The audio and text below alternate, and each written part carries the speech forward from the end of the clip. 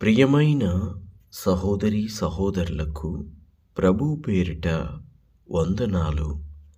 మీలో కొంతమంది ఎంతో మంచి మనస్సుతో ఈ పరిచర్యను బలపరుస్తున్నారు.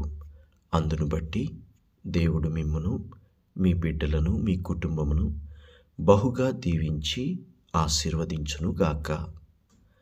పరలోకపు ఆశీర్వాదాలు మీ మీద కుమ్మరించునుగాక.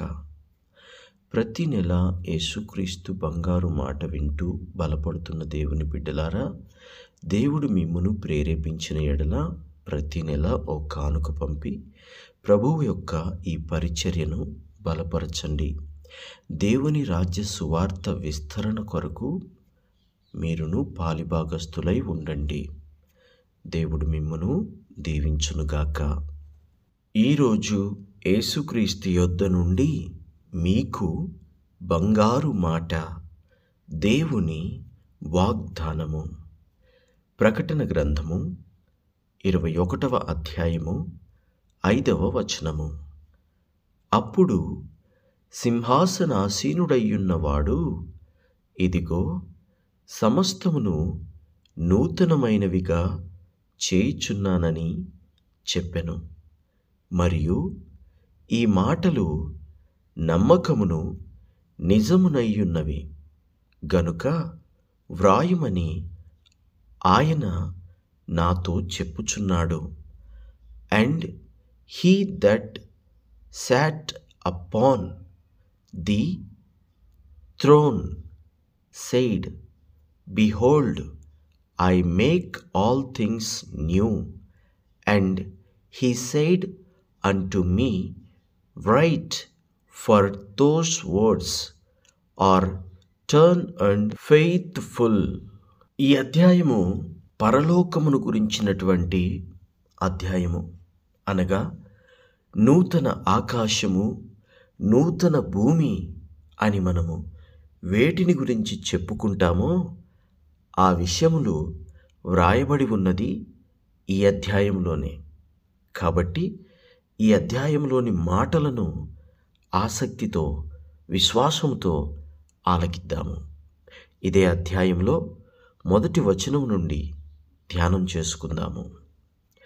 అంతటా నేను క్రొత్త ఆకాశమును, క్రొత్త భూమిని చూచితిని.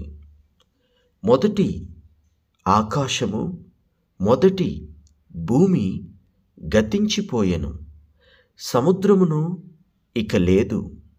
మరియు నేను నూతనమైన యెరూషలేము అను ఆ పరిశుద్ధ పట్టణము తన భర్త కొరకు అలంకరించబడిన పెండ్లి కుమార్తె వలె సిద్ధపడి పరలోకమందున్న దేవుని యొద్ద నుండి దిగివచ్చుట చూచితిని.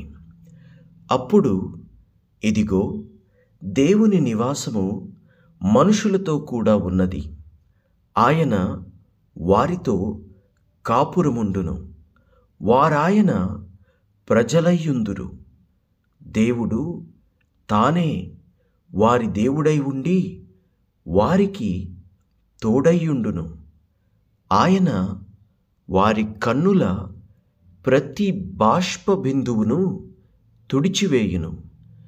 మరణము ఇక ఉండదు, దుఃఖమైనను, ఏడ్పైనను, వేదనయైనను ఇక ఉండదు.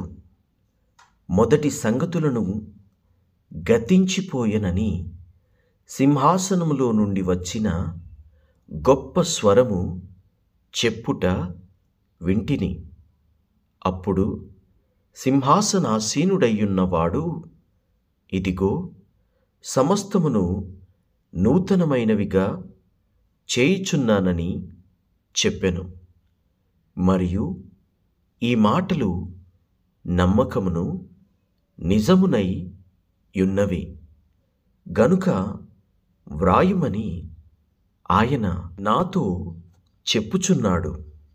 మరియు ఆయన నాతో ఇట్లనెను, సమాప్తమైనవి. నేనే అల్ఫాయు ఒమేగాయు, అనగా ఆదియు అంతమునై ఉన్నవాడను.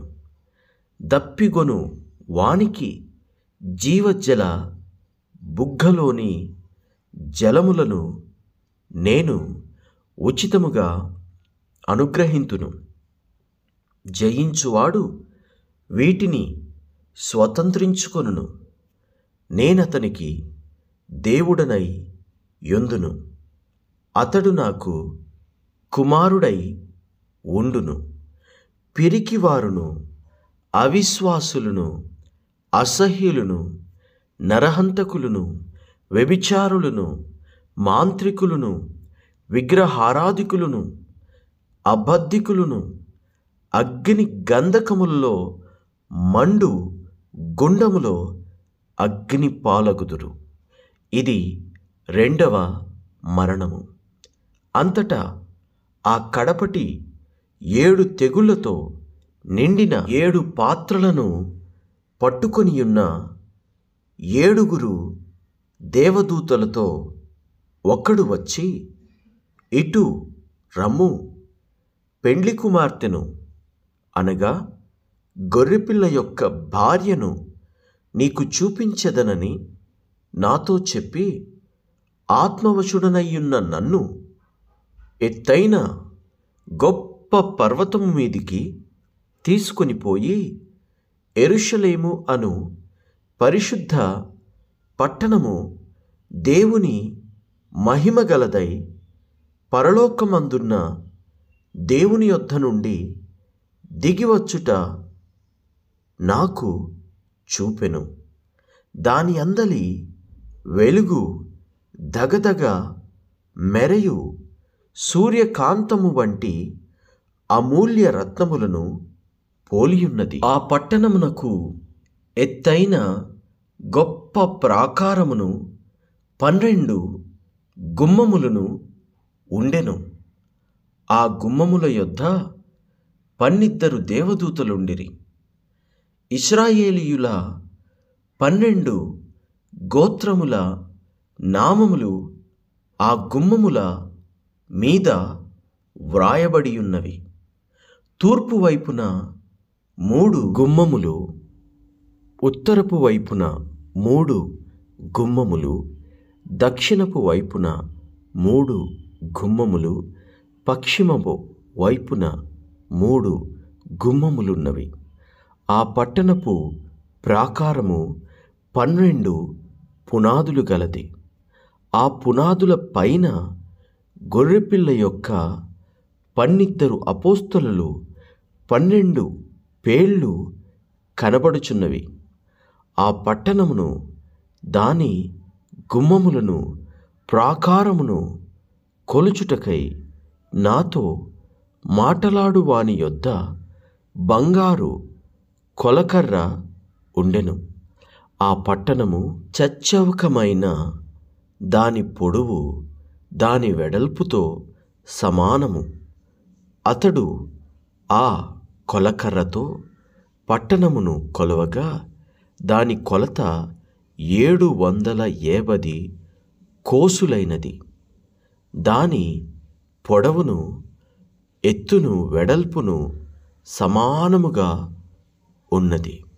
మరియు అతడు ప్రాకారమును కొలువగా అది మనుష్యుని కొలత చొప్పున 144 మూరలైనది. ఆ కొలత దూత కొలతయే. ఆ పట్టణపు ప్రాకారము సూర్యకాంతములతో కట్టబడెను. పట్టణము స్వచ్ఛమగు స్ఫటికముతో సమానమైన శుద్ధ సువర్ణముగా ఉన్నది. ఆ పట్టణపు ప్రాకారపు పునాదులు అమూల్యమైన నానావిధ రత్నములతో అలంకరింపబడి ఉండెను. మొదటి పునాది సూర్యకాంతపు రాయి, రెండవది నీలము, మూడవది యమునా రాయి, నాలుగవది పచ్చది, ఐదవది వైఢూర్యము, ఆరవది కెంపు, ఏడవది సువర్ణ రత్నము, ఎనిమిదవది గోమేధికము, తొమ్మిదవది పుష్యరాగము. 10వది సువర్ణల సునీయమును. 11వది పద్మరాగము. 12వది సుగంధము. దాని 12 గుమ్మములు 12 ముత్యములు. ఒక్కొక్క గుమ్మము ఒక్కొక్క ముత్యముతో కట్టబడి ఉన్నది. పట్టణపు రాజవీధి శుద్ధ సువర్ణమైన స్వచ్ఛమైన స్ఫటికమును పోలియున్నది. దానిలో ఏ దేవాలయమును నాకు కనబడలేదు. సర్వాధికారి అయిన దేవుడగు ప్రభువును గొర్రెపిల్లయు దానికి దేవాలయమునై ఉన్నారు. ఆ పట్టణములో ప్రకాశించుటకై సూర్యుడైనను చంద్రుడైనను దానికక్కరలేదు. దేవుని మహిమయే దానిలో ప్రకాశించుచున్నది. గొర్రెపిల్లయే దానికి దీపము. జనములు దాని వెలుగునందు సంచరింతురు. భూరాజులు తమ మహిమను దానిలోనికి తీసుకొని వత్తురు. అక్కడ రాత్రి లేనందున దాని గుమ్మములు పగటివేళ ఏమాత్రమును వేయబడవు. జనములు తమ మహిమను ఘనతను దానిలోనికి తీసుకొని వచ్చెదరు.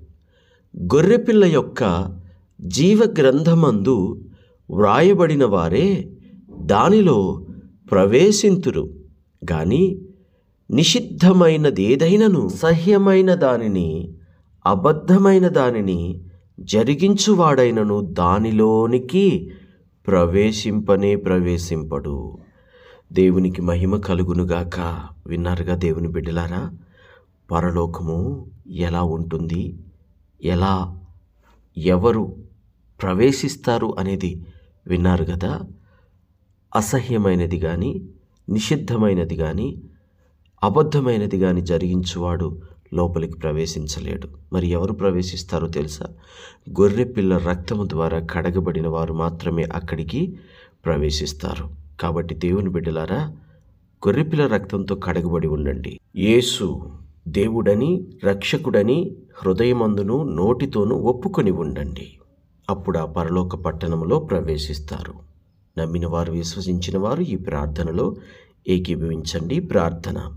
తండ్రి, మేము నిన్ను నమ్ముచున్నాము. నీవు నిజమైన గొర్రెపిల్లవు. మీ రక్తంతో మేము కడగబడితేనే మాకు పరలోక రాజ్యం ఉన్నదని నమ్ముతున్నాము. మీ రక్తంతో మమ్మల్ని కడిగి పరలోక రాజ్యంలో మమ్మల్ని ప్రవేశపెట్టమని, ఆ పట్టణము మేము కన్నులారా చూచు భాగ్యము మాకు అనుగ్రహించుమని యేసు నామములో ప్రార్థించుచున్నాము తండ్రి. Amen, amen, amen.